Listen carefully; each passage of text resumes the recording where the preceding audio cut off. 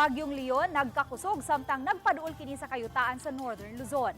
Alas 10 kaganyang buntag nasigpatan ang Bagyong Leon sa silangang bahin sa Kasiguran, Aurora, samtang padayong naglihok sa kasadpang bahin sa nasod. Gikan sa tropical storm category, nahimo na kini karong usa ka severe tropical storm. Matod sa pag-asa, way direktang epekto ang Bagyong Leon sa Kabisayan. Apan ang trough o ang extension sa bagyo magkaapekto sa pipila ka bahin sa Kabisayan.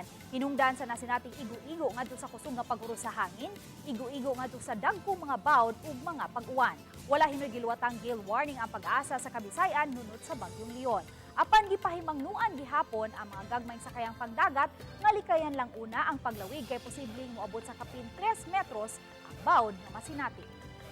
Si Bagyong Christine is nagpaduol ug naglandfall man sa atong nasod, but kini is magpaduol closer to the islands diya sa may Batanes. Compare sa Christine, nakasignal mo 1 ta sa Cebu, pero karon is less ang chance makasignal sa Central Visayas.